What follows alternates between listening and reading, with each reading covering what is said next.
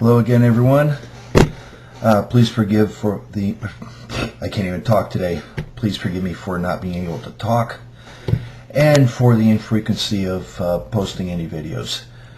And also please forgive the mislabeling and stuff. I'm still trying to figure that out. I wanted to pass on something that's been eating at me for a while. To some it might be a moot point, but it's a different view of it. And I'm talking about this so-called healthcare bill that's being debated with the Senate right now. We can agree that this is not good for the country. There's better people who have made better comments on how this is not only unconstitutional, how it is just a big old power grab by the federal government, by the central government, that it's a blatant grabbing of power and taking away of power from the states and from the local municipalities. It's just generally agreed that it's not good. What I want to talk to you today is how this bill would affect us personally. I'm not talking about in the general sense. My situation, my wife and I, we have 4 sons, and 2 of them have autism.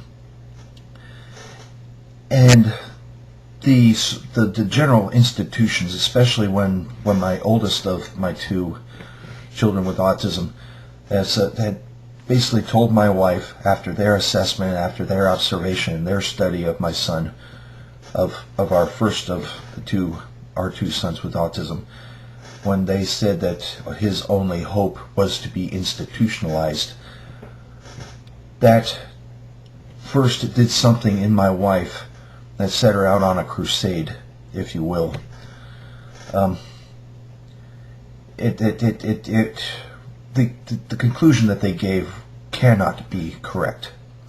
I've already said in the previous videos of what my wife did and how she taught me a few things along the way.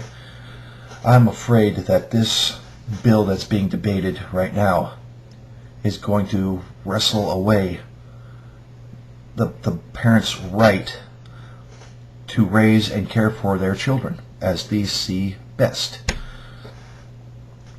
I'm going to talk about a lot of my fears. I'm afraid that this bill, with its centralized, not only centralized pooling of information, but also its centralized pooling of power, is going to take a lot of way of the progress that my kids have experienced with the route of treatment and therapy that my wife has researched and found to have been nothing but good for our kids.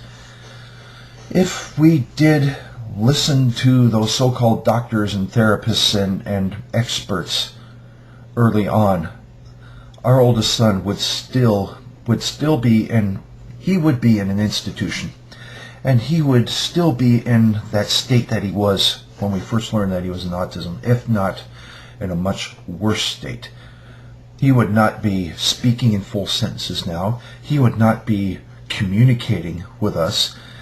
He would certainly not be on the proper diet that he's on now, that has done tremendous amounts of work.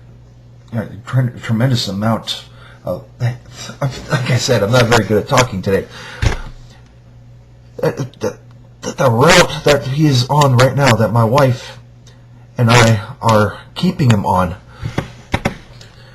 he has done so much. As well as his younger brother, he has done so much. If they were both thrown into some state institution, their only purpose at the state institution is to keep them alive and to keep them from being overly bored. That's all. That is all. And if they become a danger to others, they would just throw them into a rubber room, so to speak.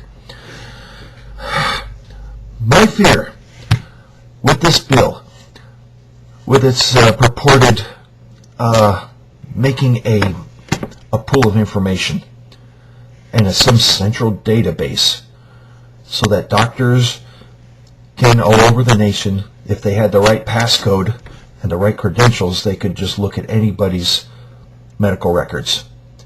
They could look at their prescription histories. They can look at their ailments and that.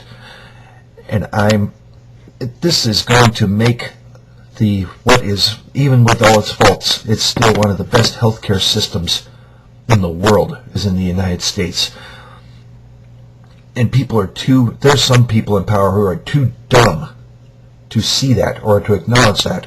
Or if they do see it, that they somehow think that if they can just wrestle control over it, they can somehow force others to give this great treatment to people who either do not want it or simply just can't afford it.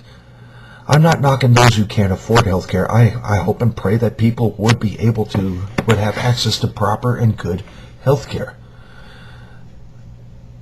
But this is not the way to go.